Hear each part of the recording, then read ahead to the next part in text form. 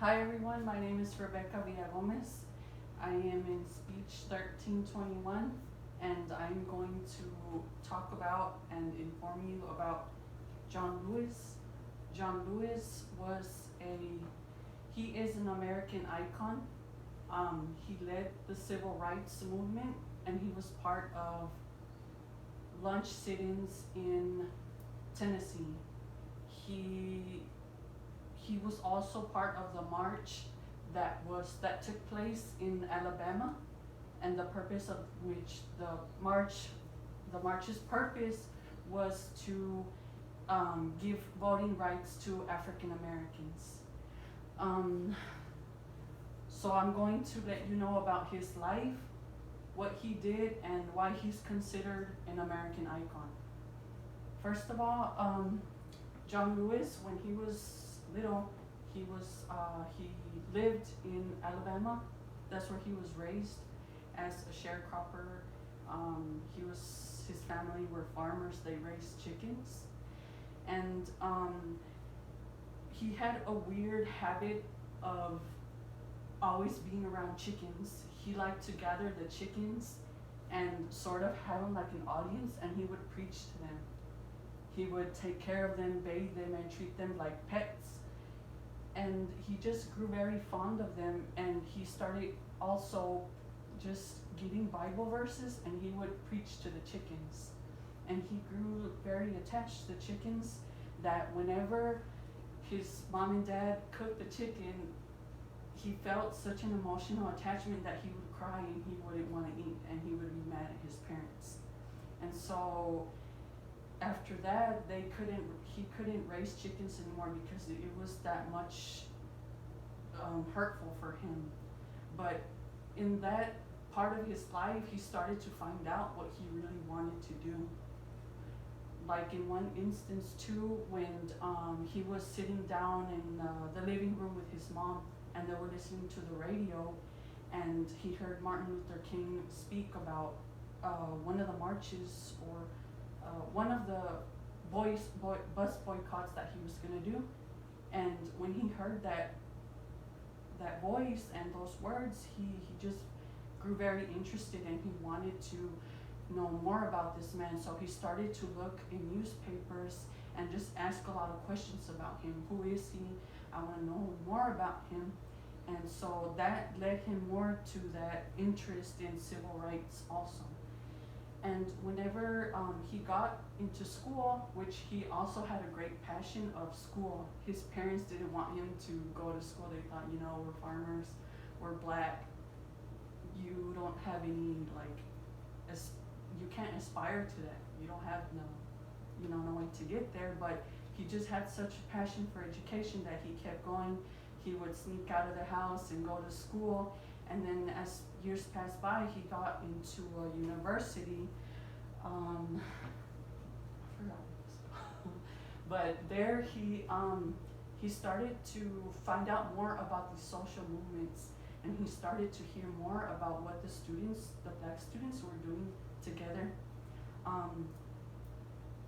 He saw that they wanted to boycott against managers at restaurants that weren't letting them sit there to eat. And he went to that's where he got into finding more about Martin Luther King, and he did find him.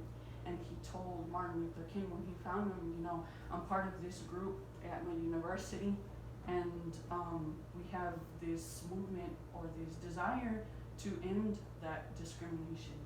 It's unfair, and he just thought he has to do something about it because he really cares. And Martin Luther King heard him, and he told him, okay, you know that you can be attacked, you know that you can be killed, you know that this is way out there. You're putting your family's lives at risk. And John Lewis, he said it was fine, he understood. But Martin Luther King did tell him, we'll support you, but we're just letting you know that it's risking all your family's lives.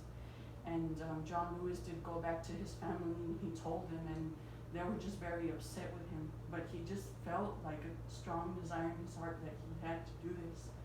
So he did. They gathered and they practiced. They gathered in one of the classrooms, and they would practice being abused.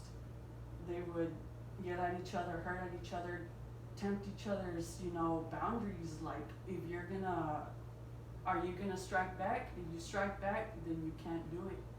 But they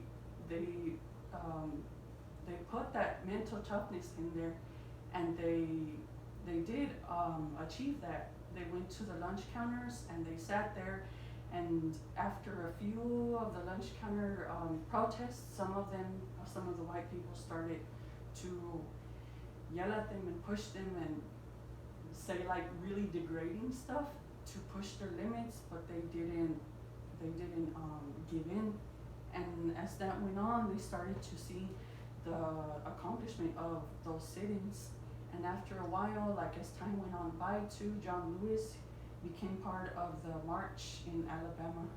That was the greatest achievement that has been, part of the U.S., like one of the biggest things that he's done. And but he said that, like, everyone sees him as in the U.S. Congress as the conscience of the U.S. Congress, because he has such strong ethical morals and such strong righteousness.